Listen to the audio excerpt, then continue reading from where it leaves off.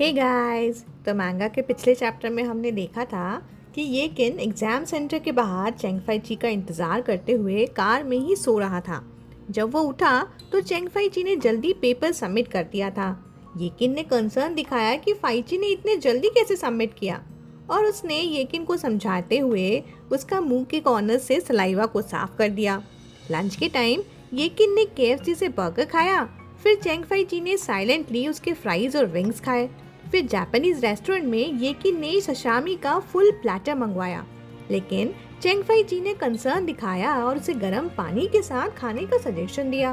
येकिन ने मना किया, बट चेंगफाई जी का ग्लूमी फेस देख के वो समझ गया और वाइन का आइडिया ड्रॉप कर दिया। मूवी थिएटर में येकिन ने चेंगफाई जी को बिल भरने की वजह से थोड़ा ऑकवर्ड फील किया।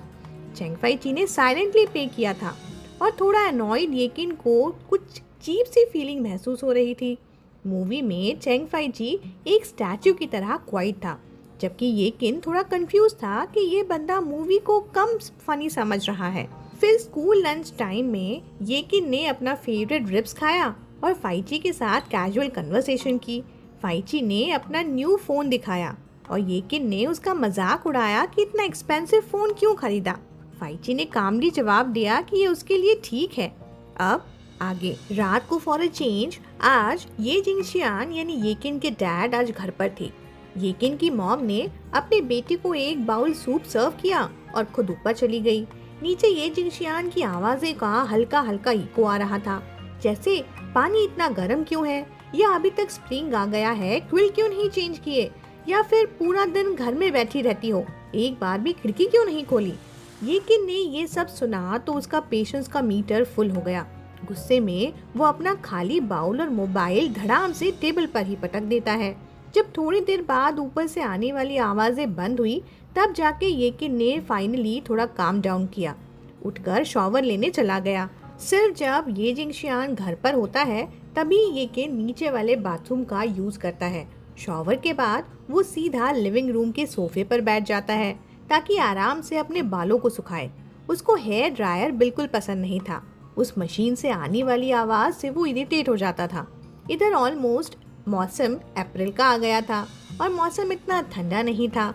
मॉम को हमेशा ही येकिन की चिंता रहती थी कि कहीं उसे ठंड न लग जाए, इसीलिए वो घर का फ्लोर हीटिंग ऑन कर देती थी।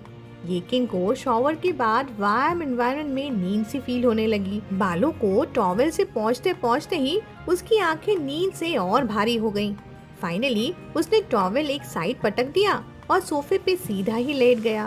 पर जैसे ही लेटा उसका सर नीचे जाके ये जिंगशियान के सोफे पे फेंक दिए गए कोट से टकरा गया। येकिन ने आंखें बंद करते हुए इरिटेट होकर हाथ बढ़ाया। सोचा कि कपड़ा खींच कर हटा देगा, पर कपड़ा हटने के चक्कर में उसके हाथ में कुछ आ गया, एक पेपर स्लिप। उसने क्यूरोसिटी से आंख खोल के देखा तो वो एक इनवॉइस थी। इनवॉइस में लिखा था वही सेम ब्रांड और मॉडल का मोबाइल फोन जो कुछ दिन पहले ही चेंगफाई ची ने खरीदा था। कलर भी एग्जैक्ट सेम और तारीख भी मैच हो रही थी। पूरी रात बेचारा सो ही नहीं पाया। जब सुबह डाइनिंग टेबल पे ये जिंगशियान के साथ ब्रेकफास्ट करते वक्त तो वो अपने आप को रोक ही नहीं पाया। फिर थोड़ा घुमा के फिरा के पूछ ही लिया, क्या आपका फोन बदलने का प्लान है डैड? पर शॉकिंगली ये जिंगशियान तो एकदम कूल था, कोई पैनिक नहीं, बस बड़े प्यार से येकिन को समझदार बेटा कहकर उसकी तारीफ कर डाली। बोला, देखो तो कैसे अपने बड़ों का ख्याल रख रहा है। फिर एज एक्सपेक्टेड वापस अपनी क्लासिक लेक्चर मोड में आ गया। मेरा फोन तो अभी सही काम कर रहा है, जब तक चलेगा चला लेंगे, पैसे वेस्ट नहीं करने चाहिए। येकिन का मन हुआ कि सीधा ही पूछ ले, तो संडे को जो फोन खरीदा था वो किसके लिए है फिर? लेकिन जब उसने देखा कि मॉम किचन में खुश होकर ब्रेकफास्ट तैयार कर रही है और कितनी खुशी से अपने हस्बैंड और बेटे के लिए बिजी है, तो बस दिल नहीं किया उस खुशी में जहर घोला जाए, तो बस चुप रह गया। बट माइंड में सवाल घूमते रहे, तो ये फोन खुद के लिए खरीदा गया था या किसी और के लिए? और वैसे भी थोड़ा प्रैक्टिकल सोचा जाए, चेंगफाई ची जैसे फाइनेंशियली स्ट्रगल करने वाले बंदे के लिए इंडिया में भी डोमेस्टिक ब्रांड के अच्छे फोन 1000 तक में मिल जाते हैं। फिर क्यों उसने एकदम से इतना महंगा ब्रांड का फोन खरीदा? और सबसे बड़ी बात, एग्जैक्टली वही मॉडल जो ये जिंगशियान ने भी लिया था। हे भगवान, अब इसे कौन बताएगा कि चेंगफाई ची ने ये इतना महंगा फोन सिर्फ उसके लिए खरीदा था।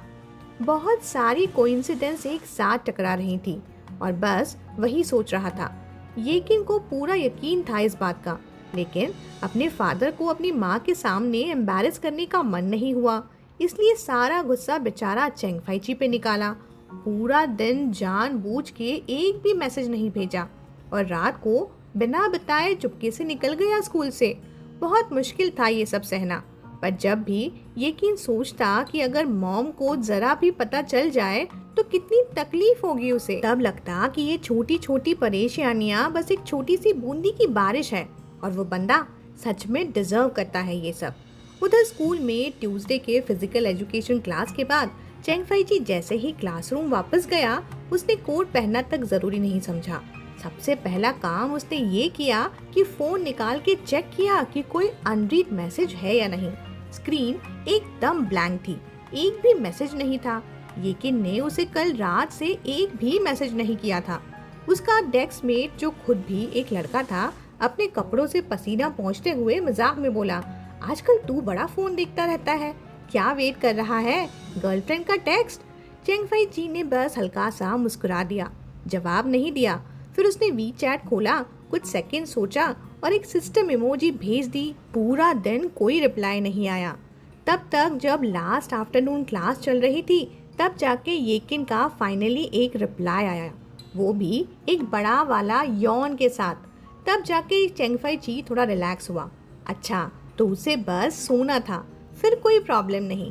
शाम को इवनिंग सेल्फ स्टडी के दौरान उसने अपना सारा होमवर्क कंप्लीट कर लिया, पर उसका दिमाग येकिन के उस कंप्लेंट पे अटका था जो उसने लास्ट वीक बोला था कि नए इलेक्ट्रोलाइट चैप्टर का कुछ वेग सा अंडरस्टैंडिंग हुआ है, मतलब वो चैप्टर उसे समझ नहीं आया। तो चेंगफाई ची ने 2 सेल्फ स्टडी पीरियड्स में केयरफुली एक नॉलेज समरी लिखी, उसके लिए स्पेशल। फिर 2 बड़े बड़े टेस्ट क्वेश्चंस उठाए और उनका solution step by step detail में लिखा। जब लिखना कंप्लीट हुआ तो एक बार खुद से पूरा पढ़ के चेक किया, क्योंकि वो उसे समझने में इजी बनाना चाहता था, मतलब येकिन के आईक्यू लेवल का। उसने वो 2 पेजेस जो रेड और ब्लैक पेन्स में डेंस लिखे हुए थे नीटली फोल्ड किए और अपनी पॉकेट में रख लिया। इधर येकिन की क्लास में एक लड़के ने डोर से चिल्ला के बोला, येकिन कोई तुझसे मिलने आया है। लेकिन येकिन का क्या, वो तो फुल एटीट्यूड पे था, हेडफोन्स लगा के चिल गेम खेल रहा था जिसे दुनिया में कोई और एग्जिस्ट ही नहीं करता। थोड़ी देर बाद एक नीटली फोल्डेड पेपर वो बंदा उसके हाथों में दे के गया। उसने हल्के इंटरेस्ट के साथ पेपर खोला और देखा फुल 1-1.5 पेज भर भर के केमिस्ट्री के नोट्स। येकिन ने एक सेकंड में पहचान ली वो हैंडराइटिंग, चेंगफाई ची का लिखा हुआ था। उसका मुंह तुरंत ही बिगड़ गया, पेपर का बॉल बनाया और सीधा पीछे वाले डस्टबिन में फेंक दिया। No mercy. हाय, उसकी पूरी 2 पीरियड्स की मेहनत थी भाई। तभी पास से जा रहा था लाओ यीफेंग। उसने ग्राउंड से पेपर उठाया, उसको अच्छे से फ्लैटन किया। पेपर पे नजर डालते ही उसका मुंह और चमक गया। ये तो क्लासमेट चेंग का लिखा हुआ है ना? वाह, तुम दोनों ये प्राइवेटली भी कांटेक्ट में हो, बहुत अच्छा है ये तो। लाओ यीफेंग तो फुल इम्प्रेस था। पेपर को फिर से देखते हुए बोला, इलेक्ट्रोलाइट्स तो हमारे पूरे बैच का वीक पॉइंट है, तू दे सकता है क्या ये पेपर? मैं कुछ कॉपीज निकलवा देता हूँ और सबको डिस्ट्रीब्यूट कर दूंगा। येकिन का पेशेंस का ग्लास तो ऑलरेडी ओवरफ्लो कर रहा था। उसने अपना मुंह हाथ गुस्से में घुमा के पूरा नोटबुक जमीन पे स्वीप कर दिया और बोला, ले जा, जितना प्रिंट करना है कर ले, बस मेरी नज़र के सामने ये कभी मत लाना। लाओ यीफेंग फुल खुशी में 2 क्रम्पल पेपर्स को पकड़ के निकल गया, जैसे उसे कोई हिडन ट्रेजर मिल गया हो। तभी जाओ फेंग, जो अभी बाथरूम से रिटर्न मारा था, पूरा सीन विटनेस कर लिया।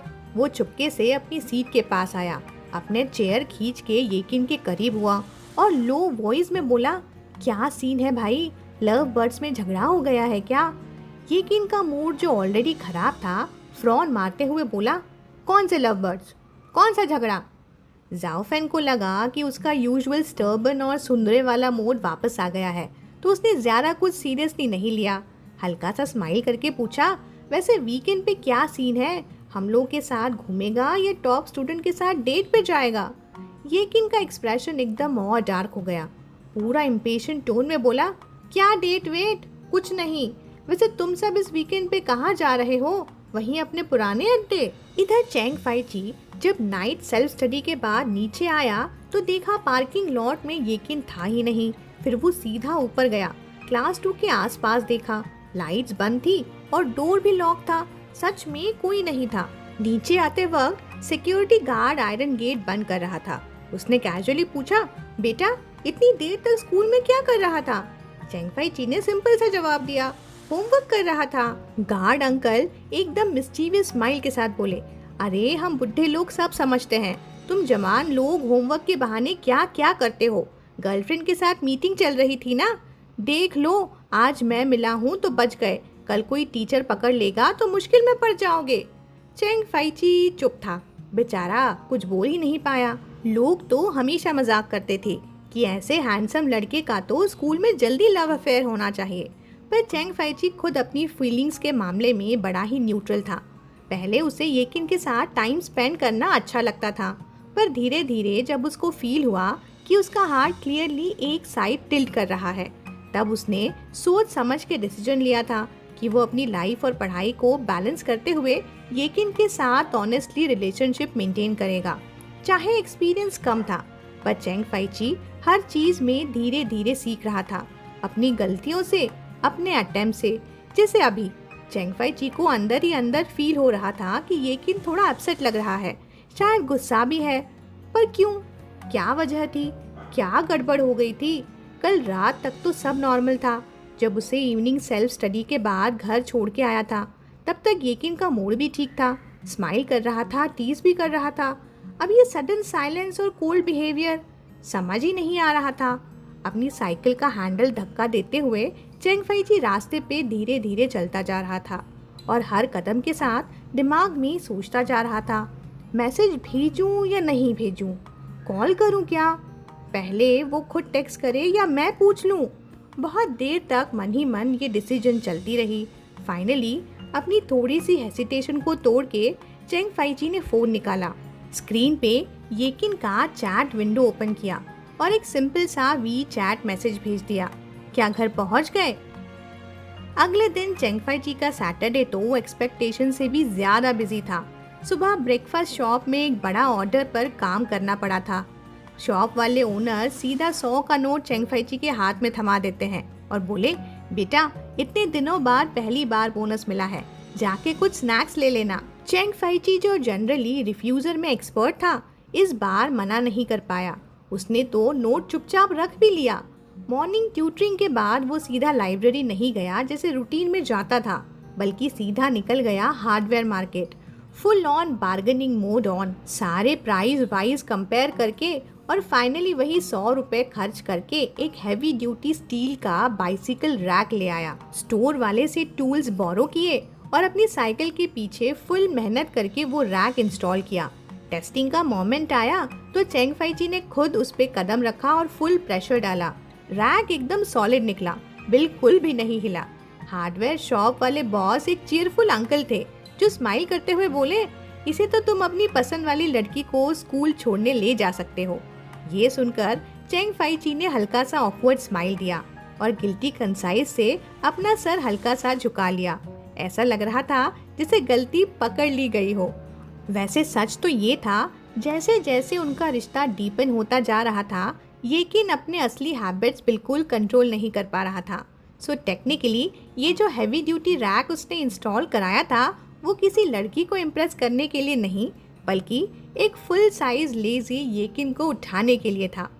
चैंग फाई ची वैसे तो हर टाइप के सुपरफिशियल लोगों के बीच में डील करना बड़ा आसान समझता था, लेकिन जब बात आती थी असली क्लोज रिलेशनशिप्स की, वहाँ जाके वो फुल कंफ्यूज मोड में आ जाता था। और जैसे अभी येकिन के साथ हुआ था, इतना टाइम हो गया था और अभी तक फाई ची समझ नहीं पाया था कि उसको येकिन को स्पेस देना चाहिए या सीधा जाके पकड़ के उससे बात करनी चाहिए।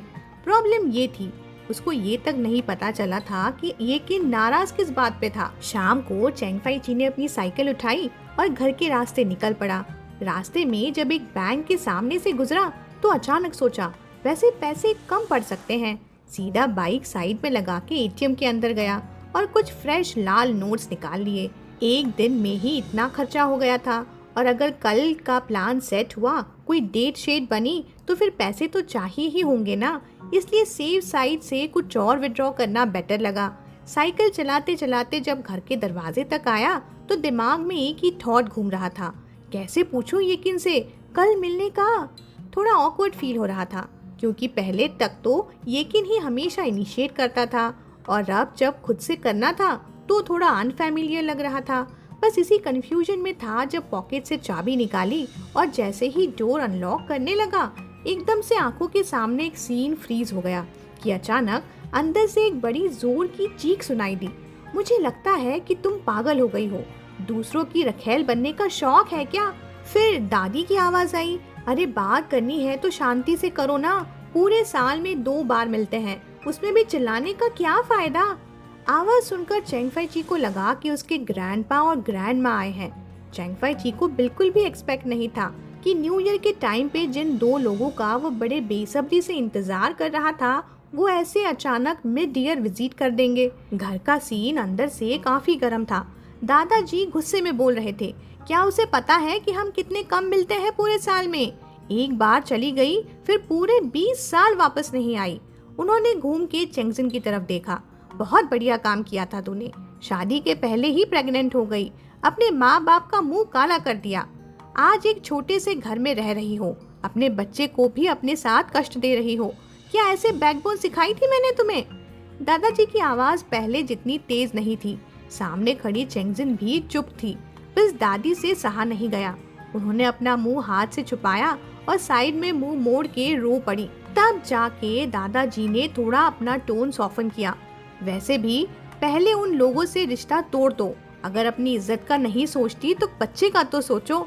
इज्जत का वर्ड सुनते ही चेंगजिन, जो अब तक बिल्कुल काम थी, थोड़ा सर ऊपर उठाया। आंखों में एक अजीब सी शांति थी और एकदम सीधे टोन में बोली, मैं किसी की रखेल नहीं हूँ। अब चेंगफाई जी रूम में एंटर हुआ। सबसे पहले वो लेडी खड़ी हुई और एक प्यारा सा स्माइल देते हुए सामने आई। सॉफ्ट और काइंड टोन में बोली, जाऊची वापस आ गए। पूरे रूम का वाइब थोड़ा सीरियस था, फिर भी चेंगफाई जी ने प्रॉपरली बो करते हुए कहा, हेलो ग्रैंडमा, हेलो ग्रैंडपा। उसके बाद बिना चांस दिए ग्रैंडमा ने प्यार से उसका हाथ पकड़ लिया। चेंगफाई जी ने उनकी तबीयत के बारे में पूछा। रूम में जाते ही ग्रैंडमा ने अपना पूरा फोकस चेंगफाई जी पर शिफ्ट कर दिया। उनके चेहरे पर एक इमोशनल सी मुस्कुराहट थी और हल्का सा ताना भर साय मार के बोली, वाह तुम तो और ज्यादा लंबे हो गए हो, बिल्कुल बड़े लड़के जैसे लगते हो अब। ग्रैंडमा ने उसके स्कूल के बारे में इंक्वायर किया। अभी नंबर 6 मिडिल स्कूल में पढ़ रहा है ना? चेंगफाई जी ने कामली सर हिला के जवाब दिया, हाँ ग्रैंडमा। ग्रैंडमा ने फिर एक और सवाल पूछा, थोड़ा होपफुल टोन में, सीनियर ईयर? चेंगफाई जी ने ऑनेस्ट टोन में बोला, नहीं ग्रैंडमा, सोमो 4 हूँ अभी। ग्रैंडमा एक सेकंड के लिए रुक गई, एक्सप्रेशन थोड़ा स्टिफ सा हो गया, फिर हल्का सा हेल्पलेस सा साय भर के बोली, तुम्हारी माँ भी ना पता नहीं कैसी जिद्दी हो गई है, अपनी तकलीफ किसी को बताती ही नहीं, चाहे तुम्हारे ग्रैंडपा अभी भी नाराज क्यों ना हो, पर इसका मतलब ये नहीं है कि वो तुम्हारा फ्यूचर इग्नोर कर सकते हैं। चेंगफाई जी कुछ देर तक चुप रहा, फिर बोला, बस 1 साल का डिले हुआ था ग्रैंडमा, अब सब ठीक है।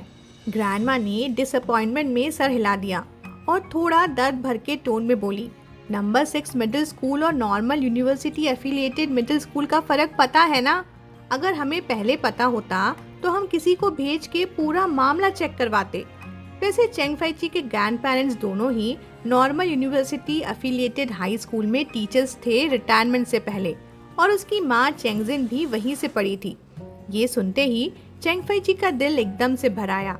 अंदर ही अंदर वो फील कर रहा था कि पूरी दुनिया में अपनी माँ के अलावा सिर्फ ये दोनों बूढ़े लोग ही बचे हैं जो उसे अपनी फैमिली की तरह चाहते हैं। सिर्फ साल भर में 2 बार मिलने के बावजूद जब किसी ने उसके बारे में कुछ बुरा कहा तो ना तो उसे ब्लेम किया, ना ही उसकी बुराई करी, बस बिना किसी शक के उसके साथ खड़े रहे।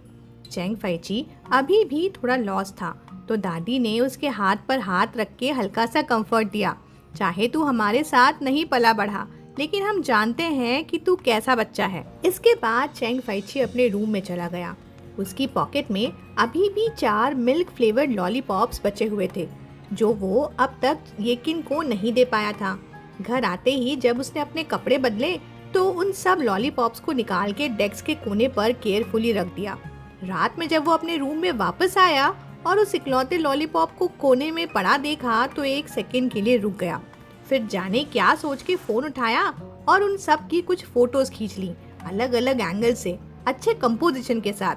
फाइनली एक बेस्ट वाली फोटो चूज करके चैंग फाइची ने अपने पहला सर्कल ऑफ फ्रेंड्स मोमेंट्स में पोस्ट कर दिया। दूसरी तरफ येकिन ने ये फोटो सैटरडे रात को देखी। फ्राइडे को जैसे ही स्कूल का लास्ट क्लास खत्म हुआ, येकिन ने बिना किसी को कुछ कहे सीधा फ्रंट गेट से निकल के जाओ फेंग और सुरनान को उठा के डायरेक्टली लियू यांग फैंग के क्लब में ड्राइव कर दिया। वहाँ क्लब ने नए ज़माने के साथ अपग्रेड किया था और नए स्टेज को रिनोवेट भी किया था, और सुना था कि कुछ होलोग्राफिक प्रोजेक्शन टेक्नोलॉजी भी लाई गई है बाहर से, जो देखने वालों को वर्चुअल और रियल वर्ल्ड का कॉम्बाइन मज़ा देती है। ज़रूरी नहीं था कि येकिन खुद इंटरेस्ट लेके गया हो, जाओ फेंग के कहने पर खिंचता चला गया था। येकिन को लगा इन सबको देखने से तो अच्छा है कि आंखें बंद करके सो ही जाऊं, और सच में वो सोफे पे लीन होकर आंखें बंद कर लेता है। इधर जाओ फेंग हाथ में एक प्लेट चेरीज लेके प्राइवेट रूम में एंट्री लेता है। अंदर जाके देखा कि लियू यांग फैंग और जाओ हुए बिलियर्ड्स खेल रहे हैं और येकिन अभी भी वहाँ सोफे पे पड़ा हुआ था, बिल्कुल आधा मुड़ा तुड़ा मूड में। जाओ फेंग आराम से वॉक करता हुआ आया, एक चेरी उठाई और डायरेक्टली येकिन के मुंह के सामने ले जाकर डालना चाहा, लेकिन येकिन ने तुरंत अपना फेस टर्न कर लिया। एक्सप्रेशन क्लियरली बोल रहा था, स्टे अवे फ्रॉम मी। जाओ फेंग चिल से उसके पास सोफे पे बैठ गया और कैजुअल टोन में बोला, क्या सिर्फ तुम दोनों लोग ही बिलियर्ड्स खेलोगे और हमारे येकिन को इग्नोर कर दोगे? जाओ हुए ने एक साथ 2 बॉल होल में डाल दिए, फिर सर उठा के कैजुअली बोला, वो तो खुद ही मूड में नहीं है, खेलना ही नहीं चाहता। जाओ फेंग थोड़ा और क्लोज आया और येकिन के कान के पास जाके पूछा, क्या हुआ बेबी, फिर से लव लाइफ में प्रॉब्लम आ गई? येकिन ने कोई जवाब नहीं दिया, बस अपनी आंखों को स्क्रीन पे चिपकाए रखा। फोन में एक ही फोटो देख रहा था, 4 मिल्क फ्लेवर्ड लॉलीपॉप्स, एक ट्यूसडे का, एक वेडनेसडे, एक थर्सडे का और एक फ्राइडे का। वो बस चुपचाप स्क्रीन देख रहा था। उसने सबकॉन्शियसली अपनी जुबान से लिप्स को लिक किया, फिर खुद पे ही डिस्गस्ट फील किया। क्या जरूरत है इस चीज के लिए ग्रीडी होने की? आखिर में मैंने खुद ही तो इग्नोर कर रहा था ना उसको इतने दिनों से। फिर भी दिल के कोने में एक अजीब सी क्रेविंग हो रही थी, वो छोटी सी अटेंशन, वो लॉलीपॉप, सब कुछ। जाओए ने अपना गोल्फ क्लब नीचे रखा और वॉक करके उसके साइड आया, हल्का टीज करते हुए बोला, क्या हुआ, उस बंदे ने फिर से तुझे अपसेट किया क्या? मेरा कहना है कि टाइम वेस्ट मत कर उसके साथ, आजा चलते हैं, एक अच्छे से क्लास लेते हैं उसकी। चिल कर। लियू यांग फैंग भी बिलियर्ड्स का स्टिक साइड में डाल के कैजुअली आया और अपना सिगरेट का बॉक्स से एक स्टिक निकालते हुए बोला, इतनी दूर आ गए हैं अब अगर पीछे हट गए तो पूरी मेहनत वेस्ट नहीं हो जाएगी। लेकिन किसी के भी बात पर रिएक्ट नहीं कर रहा था, बस फोन उठाया और कॉफी टेबल पे पटक दिया। गुस्से में बोला, तुम लोग अपना गेम खेलो, मुझे तंग मत करो। जाओ फेंग ने थोड़ा शौक में पूछा, अरे जो फिजिकल कांटेक्ट का फॉर्मूला बताया था मैंने, वो भी काम नहीं आया? फिर सीरियसली बोला, मुझे तो लगता था कि गेज भी लड़कों को वैसे ही देखते हैं जैसे हम लड़कियों को देखते हैं, और तू तो वैसे भी इतना हैंडसम है, सीधा जाके चिपक जाता तो काम बन ही जाता ना। लियू यांग फैंग साइड में स्नॉट मारता है, थोड़ा मॉक करते हुए बोला, भाई तू ना हम मत बोल, मैं और तू सेम नहीं है, मैं तो बिना सोचे किसी प्रिटी चेहरे के पीछे नहीं भागता ना। जाओ फेंग थोड़ा और बेशरम स्टाइल में हंसा, सही पकड़े, वैसे मुझे लगता है कि जो लड़का मेरे अगली वाली सीट पे बैठता है ना, उसका स्किन एकदम नरम है, ये बिल्कुल जैसे चेरीज जैसा, हल्का छुआ तो लाल, थोड़ा और दबाया तो जूस ही निकल जाएगा। ये केन जो ऑलरेडी इरिटेट हो गया था बिल्कुल टॉलरेट नहीं कर पाया, बिना सोचे समझे एक बड़ा सा पिलो उठाया और जाओ फेंग के सर पर दे मारा। रूम में सब बड़े लड़के बैठे थे, फुल ब्रैगिंग मोड में, और ऑब्वियस था कि इनकी बातें थोड़ी चीप जोन में जा चुकी थी। लियू यांग फैंग कैजुअली दूसरे साइड शिफ्ट हो गया और थोड़ा टीज करते हुए बोला, वैसे बता सिडक्शन का क्या सीन है, टॉपर तो लग गया था ना, तो फिर उसको पढ़ाई इतनी बोरिंग लग रही थी कि मजाक में तुझे हाँ बोल दिया। नॉर्मल सिचुएशन होती तो येकिन बस हंसी में उड़ा देता, लेकिन आज ये बातें सीधा उसके ईगो पर स्ट्राइक कर रही थी, जैसे सब ओपनली मजाक उड़ा रहे हो। फेस डार्क होते हुए येकिन ने एकदम शार्प जवाब दिया, ऐसा कुछ नहीं है, जो मैं बोलता हूँ वो सीधा फॉलो करता है। मैं ईस्ट बोलूँ तो वेस्ट की तरफ देखता भी नहीं है। ओहो क्या बात है। जाओ फेंग भी मूड में आ गया। सिगरेट को लाइटर से बर्न करते हुए बोला, फिर एक काम कर, उसको यहीं बुला ले, एक सही टेस्ट करते हैं उसकी ओबीडियंस का। ये बात सुनकर येकिन को तुरंत पिछले साल का वो टेरिफाइंग कन्वीनियंस स्टोर का सीन याद आ गया, जहाँ पुलिस स्टेशन तक की हवा लग गई थी।